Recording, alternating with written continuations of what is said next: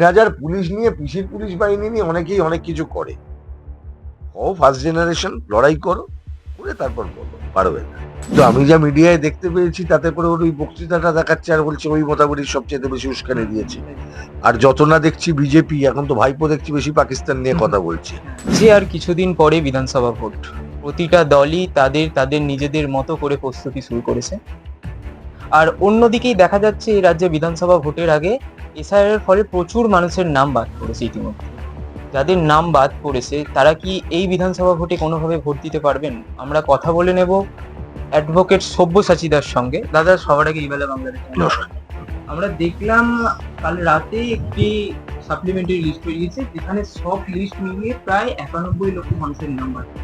এই যে এত মানুষের নাম্বার, বিশেষ করে আমরা কালকে দেখলাম যে কালকের লিস্টে প্রায় মুর্শিদাবাদের প্রচুর মানুষের নাম্বার। কি বলবেন? একটা মানুষের যদি নাম বাদ যায়, একটা বৈধ ভোটারের যদি নাম বাদ যায়, বাংলা থেকে 1 লক্ষ লোক গিয়ে ইলেকশন কমিশনের অফিস ঘেরাও করবে। ক্ষমতা থাকলে অমিত শাহ দিল্লি পুলিশ আটকে দেখাক। কবে হচ্ছে? দিদিকে বললো, আমায় জিজ্ঞেস করছে না, মমতাকে জিজ্ঞেস করো। একটা নাম বাদ গেলে তার দায়িত্ব মমতা ব্যানার্জির। আইপ্যাক মামলার গ্রেপ্তারি এড়িয়েছে পশ্চিমবাংলার 90 লক্ষ মানুষের নাম বাদ দিয়ে, তার মধ্যে 28 লক্ষ মানুষ যারা ভ্যালিড ভোটার্স, তাদেরকে অ্যাডজুডিকেশনে ফেলিয়ে ওই মহিলাকে ওদিনকে যদি গ্রেপ্তার করে নিয়ে যেত, ওইটার ম্যানেজ হয়েছে এসআইআর।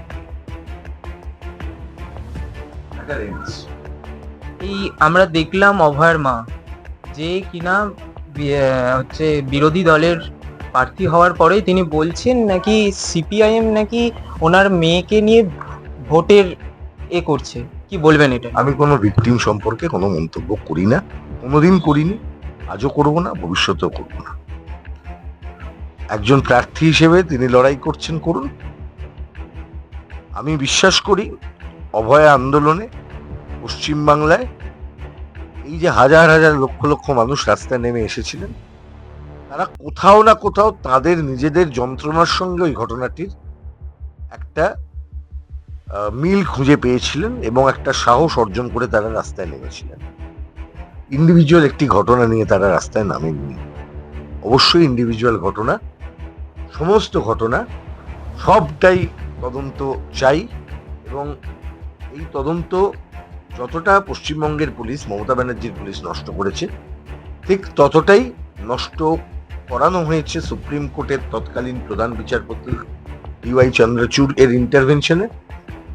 আমরা আর রাগঢাক করার কোনো জায়গা নেই, পরিষ্কার বোঝা যায় কে সেটিং করছে আর কোথা থেকে সেটিং হচ্ছে। পশ্চিমবাংলায় প্রত্যেক দিন এই ধরনের ঘটনা ঘটলে ফাট করে সুপ্রিম কোর্টে কোনো মামলা যায়, এই মামলাটাই গেল কেন?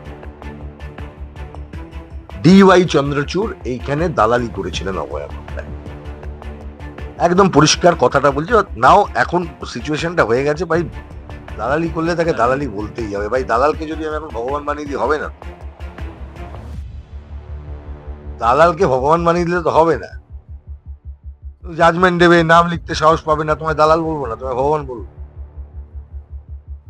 এই মালদার ঘটনায় মোফাকুল্লাহ ইসলাম, যাকে গ্রেপ্তার করা হয়েছে, এই যে আপনি একজন আমি একজন আইনজীবী হিসেবে বলতে পারি যে যে গ্রেপ্তারি মোফাকুরুল ইসলামকে করা হয়েছে বা একরামুল বাগানিকে করা হয়েছে, এই গ্রেপ্তারির তো কোনো জাস্টিফিকেশনের কিছু নেই। অন্তত পক্ষে যদি মোফাকুরুলকে, আমি যেটুকু আমি চোখে দেখেছি, ওই বক্তৃতা যা শুনেছি, সেই বক্তৃতা শুনে তো আমার মনে হয়নি যে ওই বক্তৃতা কোনো অস্বাভাবিক বক্তৃতা কিছু হয়েছে। মোফাকুরুল যদি ওই সিভিল জাজকে যদি ঘেরাও করার কাজে জড়িত থাকে, সেই সংক্রান্ত যদি কোনো প্রুফ তারা দিতে পারেন, তাহলে নিশ্চয়ই জাস্টিফাইড হতো। কিন্তু আমি যা মিডিয়ায় দেখতে পেয়েছি তাতে করে ওই বক্তৃতাটা দেখাচ্ছে আর বলছে ওই মোটামুটির সবচেয়ে বেশি উস্কানি দিয়েছে।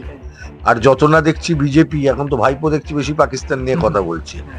আরএসএসি করণ হয়ে গেল নাকি? হ্যাঁ, আরএসএসি করণ হয়ে গেছে তো, ভাইপোর আরএসএসি করণ, শিমনির আরএসএসি করণ হয়েছে, ভাইপোর আরএসএসি করণ হয়ে গেছে। এত পাকিস্তান ঢুকে মেরে আসবো, পাকিস্তান ঢুকে কেন? 4 তারিখে পর কোথায় ভাই তুমি থাকবে, সেটাই তো বড় কথা। তুমি এসআইআর নিয়ে বললে 1 লক্ষ লোক নিয়ে গিয়ে কোথাও অমিত শাহকে ঘেরাও করে রেখে দাও, কোথায় বলো, একবার ডাক দাও, আমরা রেডি হয়ে আছি কোথাও পশ্চিমবঙ্গে লোক যাবো বলে। এখন তোমাকে আর দেখতে পারা যাচ্ছে না। সব 3000 পুলিশ নিয়ে, পিসির পুলিশ বাহিনী নিয়ে অনেকেই অনেক কিছু করে। ফার্স্ট জেনারেশন, লড়াই করো, করে তারপর বলো, পারবে না। একদম শেষ প্রশ্ন, একদম 15 বছর পর আমরা দেখলাম যে কাল আবার সেই আগের সিপিআইএম কর্মীদের, যে হাজরা মোড় থেকে যখন মনোনয়নপত্র জমা দিতে যাচ্ছিলেন, প্রায় প্রচুর সংখ্যক সিপিআইএম কর্মী যারা একদম মিছিল করে মনোনয়নপত্র জমা দিতে যাচ্ছেন, কতটা আশাবাদী আপনারা? দেখো, 15 বছর ধরে যদি তুমি মিছিল না দেখে থাকো তাহলে সেটা তোমার সীমাবদ্ধতা। সিপিআইএম প্রথম থেকেই লড়েছে, হ্যাঁ, লড়তে গিয়ে কোথাও কোথাও তো মার খেতে হয়েছে। আর প্রথম দিকটাতে তো আমাদের রাজনীতি করাটাই একটা ভয়ঙ্কর চ্যালেঞ্জের জায়গায় ছিল। পার্টি করতে গেলে কমরেডরা মার খেয়েছেন, তাকে জরিমানা দিতে হয়েছে, ঘর ছাড়া হয়েছেন, গ্রাম ছাড়া হয়েছেন। তারপরেও এই পার্টিকে তারা বাঁচিয়ে রেখেছেন। আর সেটা দেখছেন, এটা ক্রমশ বাড়বে।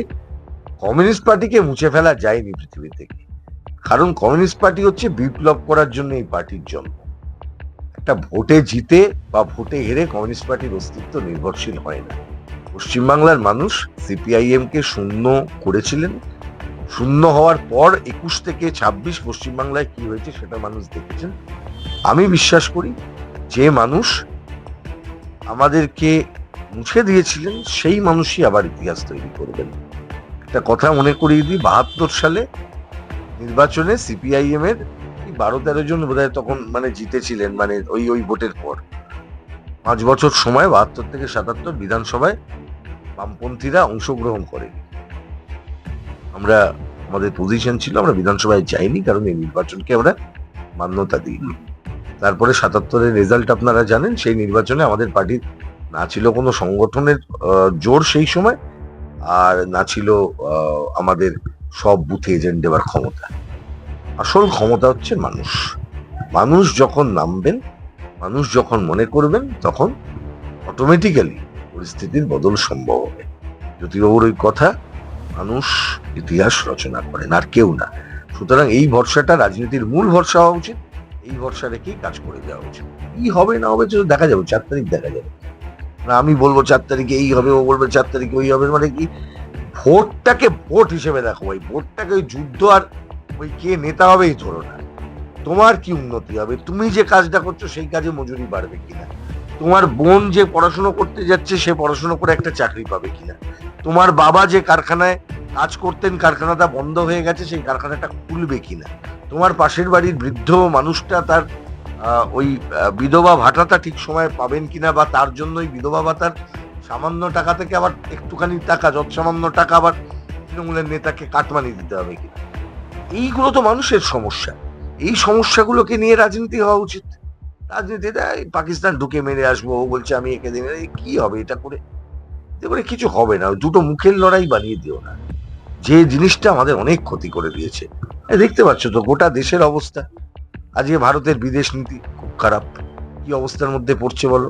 একটা দেশ আগে আমরা দেখেছি যে দেশ গোটা পৃথিবীর সামনে তার শক্তির নিয়ে বড়াই করতে পারতো, সেই দেশ আজকে দেখো আমেরিকার ধমকানির চোটে তাকে মাঝে মধ্যেই ঢোক গিলতে হচ্ছে দেশের প্রধানমন্ত্রী।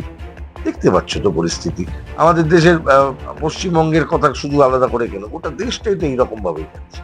পশ্চিমবাংলার মুখ্যমন্ত্রী, দেশের প্রধানমন্ত্রী, এই যে কালকে আসামের হিমন্ত বিশ্ব শর্মা বেরিয়েছে, এই যে অভিষেক ব্যানার্জির স্ত্রীর ঠিকানা নিয়ে একবার বিতর্ক হয়েছিল, মনে আছে? কটা পাসপোর্ট নিয়ে মিল পাচ্ছ কিনা?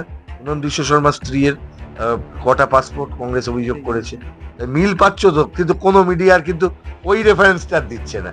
অভিষেক ব্যানার্জির স্ত্রীর 2টো পাসপোর্টের একটা অভিযোগ হয়েছিল গত বিধানসভা ভোটের আগে, এখন আর সেটাকেও খুঁজিয়ে দিচ্ছে না। হিমন্ত বিশ্ব শর্মা নিয়ে পড়ে যাচ্ছে। যা মডেল তৃণমূল এখানে এনেছে সেই মডেল বিজেপি এনেছে। একে আলাদা কেউ করতে পারতেন, আপনি চান বা না চান, এটাই সত্যি। তিনি জয় বাংলা করে লাফাবেন, তিনি জয় বাংলা করে ঝাঁপিয়ে পড়বেন, যিনি বলবেন ওই কি সব করেছে না, কি বলে ওই আবার জিতবে বাংলা, বাংলা করবে। বাংলা তো জিতবে তৃণমূলের হাত ধরে, বাংলার মানুষের হাত ধরে। সেদিনই বাংলার জয়।